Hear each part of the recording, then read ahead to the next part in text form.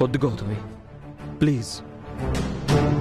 నువ్వు చేసిన తప్పుని సరిదిద్దుకో, మార్చుకో. అరే, నువ్వేదేదో మాట్లాడుతుండవేంది? నేను చెప్తున్నాను కదా, ఇదంతా ఉత్తుత్తి నాటకమే, అదంతా ఏం లేదు. నాకంతా తెలుసు గౌతమి. నువ్వు నన్ను మభ్య పెట్టాలని ప్రయత్నించి ఇంకా నన్ను మోసం చేయాలనుకోవద్దు. అజయ్, నన్ను నమ్మవా నువ్వు? నమ్మాను గౌతమి, చాలా నమ్మాను. ఎంత నమ్మానంటే నన్ను కూడా నేను నమ్మనంతగా నిన్ను నమ్మాను.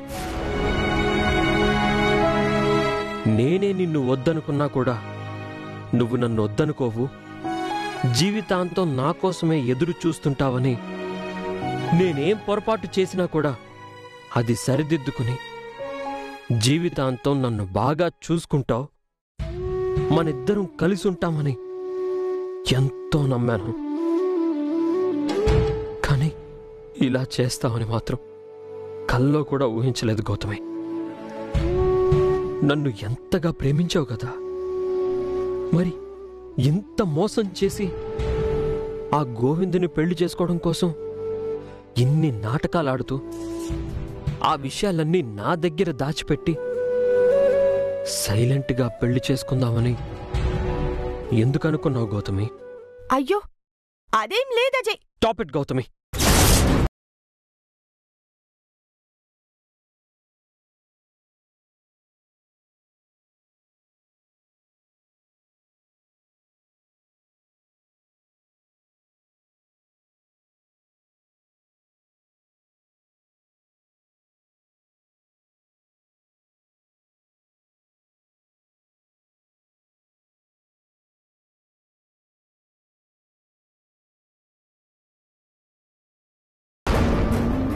నాకు గోవింద్ మీదే ప్రేముంది. He is my first love. నేను వాడితో కలిసి బ్రతకాలనుకుంటున్నాను. వదిలేసే ఇంకా నన్ను.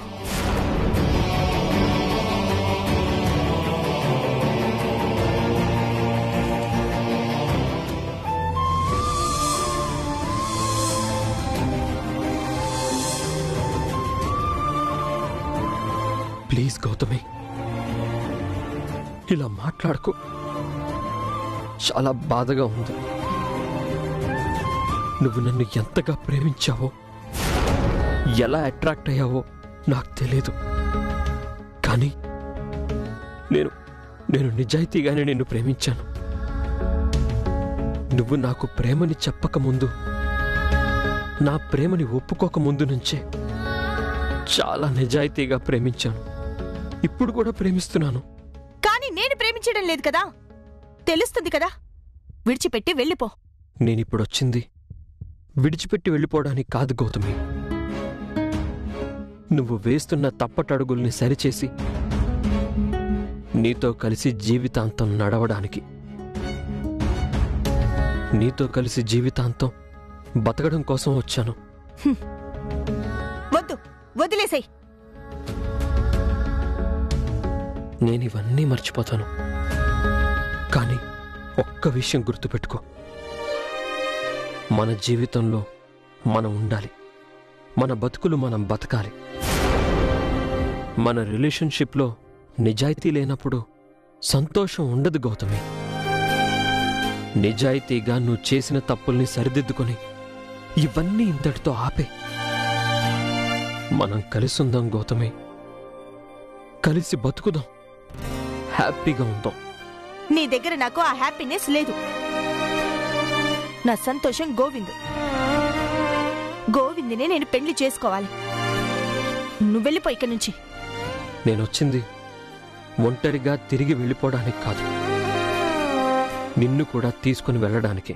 నేను చెప్తున్నాను కదా, నువ్వంటే నాకు ఇష్టం లేదని. నువ్వు తప్పు చేస్తున్నావు గౌతమి. అవును, నేను తప్పు చేస్తున్నాను కదా, తప్పుడు దాన్నే. నాలాంటిది నీకు అవసరమా? విడిచిపెట్టే. నేను నీ జీవితంలో కేవలం నీ సంతోషాన్ని, నువ్వు మంచిగా ఉన్న సమయాన్ని మాత్రమే మనసులో పెట్టుకుని బతకడం కోసం కాదు, నువ్వు చేసిన తప్పుల్ని కూడా సరిదిద్దుకొని నీ కష్టాలని కూడా సుఖంగా మార్చి నాతో కలిసి సంతోషంగా బతికేలా చేయడం కోసమే ఇంత తాపత్రయపడుతున్నాను. నువ్వు చేసిన పని నన్ను శూలాల్లా గుండెల్లో గుచ్చేస్తుంది గౌతమి. అయినా తట్టుకొని నిలబడుతున్నాను. ఎవరి కోసం? మన కోసం. అరే, చెప్తుంటే పిచ్చా నీకు? వదిలేసే నన్ను. నేను గోవిందుని పెళ్లి చేసుకోవాలి. వదలను. నిన్న తప్పు చేయనివ్వను. ఈ పెళ్లి జరగనివ్వను. లేదు, గోవిందుతో నా పెళ్లి జరుగుతుంది. నువ్వు వెళ్ళిపోయి ఇక్కడి నుంచి. నేనెక్కడికి వెళ్ళను. ఈ పెళ్లి జరగనివ్వను.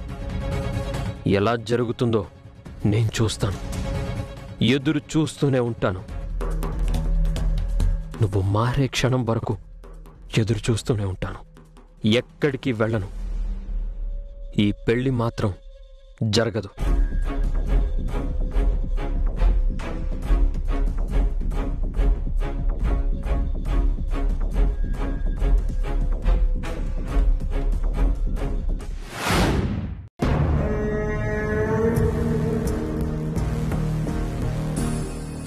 నిన్న తప్పు చేయనివ్వను.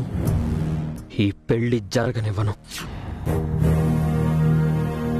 అసలు అజయ్కి ఏమాత్రం అనుమానం రాకుండా పగడ్బందీగా ప్లాన్ చేసి జాగ్రత్త పడ్డాను కదా. అసలు అజయ్కి పెళ్లి జరుగుతుందన్న విషయం ఎలా తెలిసింది? ఎవరు చెప్పారు? అజయ్కి నాకు కామన్ ఫ్రెండ్స్ గాని నా ఫ్రెండ్స్కి గాని ఎవ్వరికి నా పెళ్లి విషయం తెలియకుండా ఉండాలని చాలా జాగ్రత్తలు తీసుకున్నాను. అసలు అజయ్కి ఎలా తెలిసింది అని.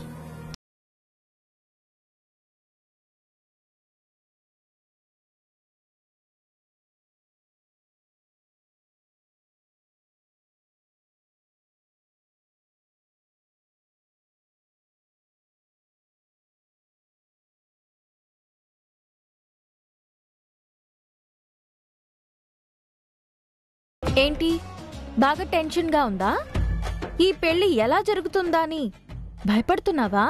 ఏయ్, అసలే బాగా చిరాకులో ఉన్నాను. వెళ్ళిపోయి ఇక్కడి నుంచి. అరే, నువ్వింత స్ట్రెస్లో ఉన్నావని తెలిసే వచ్చాను. నువ్వెందుకు స్ట్రెస్లో ఉన్నావో, నీ ప్రాబ్లం ఏంటో అన్నీ నాకు తెలుసు.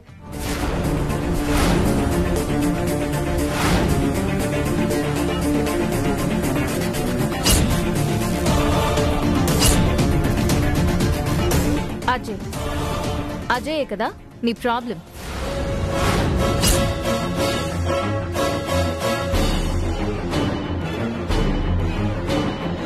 ఏంటి అలా చూస్తున్నావు?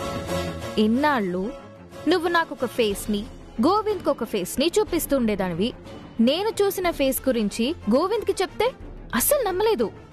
కానీ నువ్వు ఈ రెండు ఫేసెస్ కాకుండా నువ్వు చూపించని ఇంకో ఫేస్ ని ఫేస్బుక్ చూపించింది.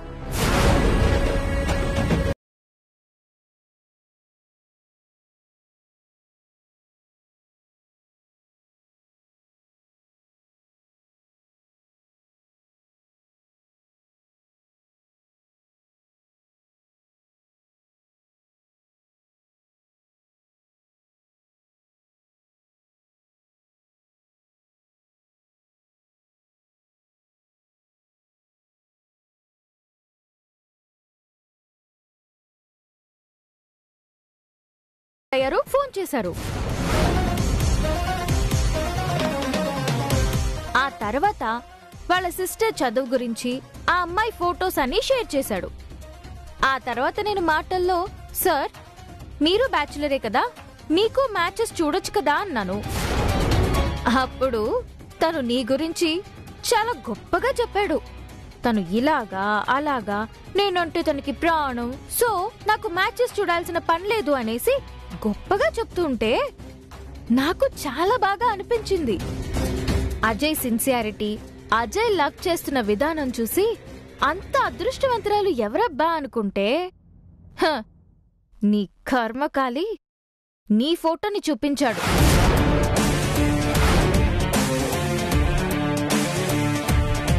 ఎప్పుడైతే నువ్విలా అజయ్ని మోసం చేసి గోవింద్ని పెళ్లి చేసుకోవాలి అని నాటకం ఆడడం మొదలుపెట్టావో అప్పుడే నీ పతనం మొదలైపోయింది.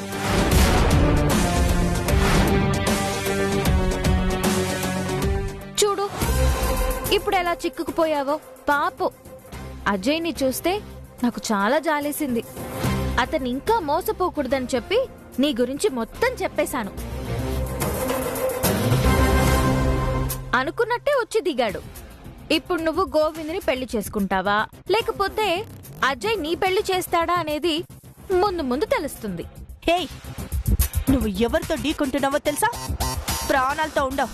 ఇదిగో, నీ తాటాకు చప్పుళ్ళకి భయపడే మనిషిని కాదు నేను. తప్పు చేసిందనివి నువ్వు. నీకు లేని భయం నాకేంటే? అసలు అజయ్ని తీసుకొచ్చి అందరి ముందు నిలబెట్టి నీ వ్యవహారం మొత్తం బయట పెట్టేయగలను. చేసేనా? ఏయ్, వద్దు. భయం ఉంది కదా?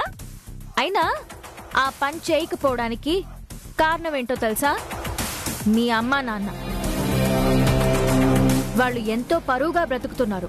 నీలాంటి దానివల్ల వాళ్ల పరువు పోకూడదని చెప్పి ఆగాను. నీ అమ్మా నాన్నని దృష్టిలో పెట్టుకుని నీకొక అవకాశం ఇస్తున్నాను. ఈ పెళ్లి మండపానికి వెళ్లేలోపు నువ్వే ఏదొక కారణం చెప్పి ఆగిపోవాలి. లేకపోతే ఏం జరుగుతుందో ఆలోచించుకో.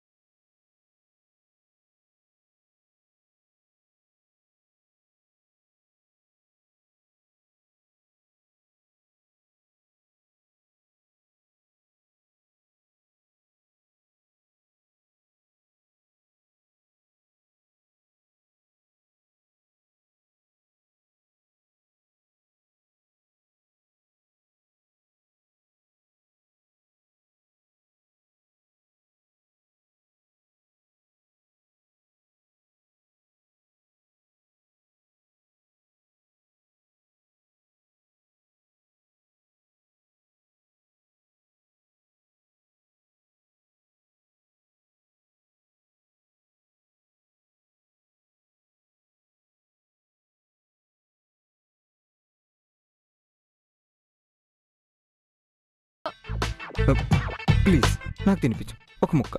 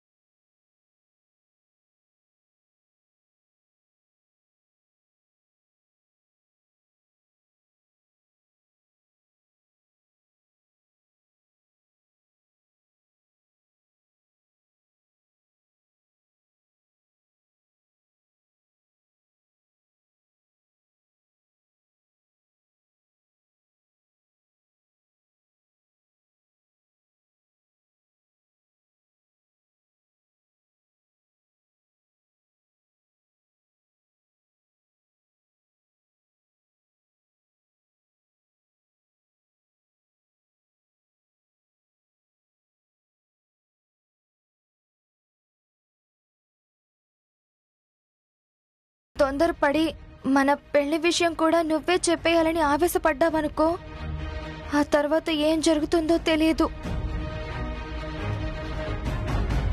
ఒకవేళ మీ అమ్మ నాయన ఒప్పుకోకపోయినా, మా ఇంట్లో మా అమ్మ నాయన ఒప్పుకోకపోయినా, మనం మాత్రం ఎట్టో కట్న కలిసి బతకడానికి సిద్ధపడాలి. నువ్వు అది మాత్రం గుర్తుపెట్టుకో. నాకు మాత్రం బుర్ర తిరిగిపోతోంది. నేను అవన్నీ ఆలోచిస్తుంటే అస్సలు ప్రశాంతంగా ఉండలేకపోతున్నాను. ఏం కాదమ్మీ, నేనున్నాను కదా.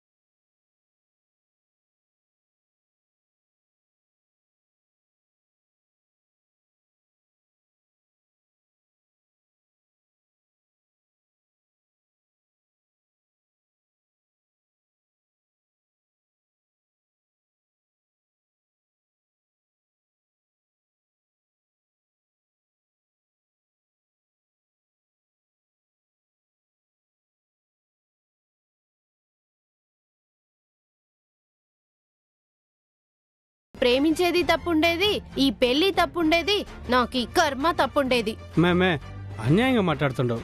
చూపే బంగారమాయనే, శ్రీవల్లి మాటే మాణిక్యమాయనే. చూపే బంగారమాయనే, శ్రీవల్లి నవ్వే నవరత్నమాయనే. బా వాడు చూడు, వాడు మాట్లాడితేనే ప్రపంచానికి వినపడుతూ పాట పాడుతుంటాడు. అవును, వీడికి వినపడినప్పుడు ఈ కొత్త కొత్త పాటలు, వాటి తాలూకా లిరిక్స్, ట్యూన్స్ వీడికి ఎట్టా ఎక్కుతాయి అబ్బా. అవును కదా, ఇవన్నీ మాత్రం ఎట్టా ఇదైతాయి? ఒకవేళ మాటలు కాకపోతే పాటలే వినపడతాయేమో. అట్టా వినిపించచ్చేటట్టుగా ఉంటే అందరూ మాటల్ని పాటలుగా పాడేవాళ్ళు కదా. ఈడు ఇడిసేవిటి మేళం. చూపే బంగారం మాయనే, శ్రీవల్లి మాటే. ఏంది పెద్దలుడు, ఏర్పాట్లని నచ్చినాయా? బాగుండాయి నీకు? నీ తలకాయరా తలకాయ. ఏర్పాట్లు అంటే ఏర్పాట్లు పెద్ద చేసినవులే, గొప్ప ఏర్పాట్లు. మళ్ళీ అడుగుతాండు. అయ్యో, ఏందట్ట అంటా ఉండవు? అంటానే అంటాను, అమ్మ నా బుద్ధులు తెరుతాను. అడిగినిపించిద్దా చచ్చిద్దా? పెదలుడు ఒకటి చెప్పేదా నీకు, నువ్వు నన్ను ఎన్ని అమ్మ నా బూతులు తిట్టినా నాకు ఇట్టే తెలిసిపోద్ది కదా.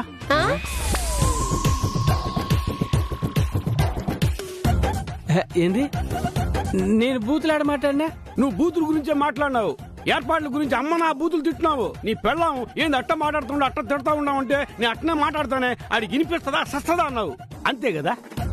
మీకెలా అనిపించింది? నాకు వినపడదు కానీ కనపడుతుంది. ఎట్టా? దానికి ఒక టెక్నిక్ ఉండదు. టెక్నిక్ ఏం టెక్నిక్? ఆ టెక్నిక్ తర్వాత చెప్తా గానీ ఇప్పుడు నువ్వు మాట చెప్పు. నాకు నీకు ఏ ఏర్పాట్లు నచ్చలేదు ఇక్కడ చెప్పు. మీకు చెవులిన పడవు కదా, ఇప్పుడేంది ఇంత చక్కగా అడిగిన దానికల్లా టకా టకామని సమాధానం చెప్తా ఉండారు. చెప్పినాను కదా టెక్నిక్ కనిపెట్టినాను. టెక్నిక్ సామి ఏర్పాట్లన్నీ బ్రహ్మాండంగా ఉండే. నువ్వు రాయాలక్క, వీడికి అన్ని ఎట్ట అనిపిస్తుంది నాకే అర్థం కావట్లా. వినిపిస్తుంది, చక్కగా వినిపిస్తుంది నాకు. ఇన్నాళ్ళు నాకు వినపడదని చెప్పి అందరూ నాతో ఆటాడుకున్నారు, నన్ను అమ్మనా బూతులు తిట్టినారు. నేను ఎదురు మాట్లాడితే నోరు మూసుకొని కసిరేవారు. అందుకే లిప్ రీడింగ్ కనిపెట్టినా. ఇప్పుడు ఎవరు ఏది మాట్లాడినా ఇట్టే కనిపెట్టేస్తాను కదా. That is Pattabhi. పట్టాభినా మజాకానా? Geetha, I love you. ఊరి నీ పాసుగాల చెప్పు, ఎప్పుడు ఇదేనా? అవును, ఎప్పుడు లవ్ చేస్తానే ఉంటాను కాబట్టి ఎప్పుడు చెప్తానే ఉంటా, I love you, I love you, I love you. ఓరి నీ పాసుగాల, ఓరి దుర్మార్గుడా, నా కూతురుతో పెళ్లి పెట్టుకుని ఈ బిడ్డకి ఐ లవ్ చెప్తా ఉండవా? మనిషివా నువ్వు?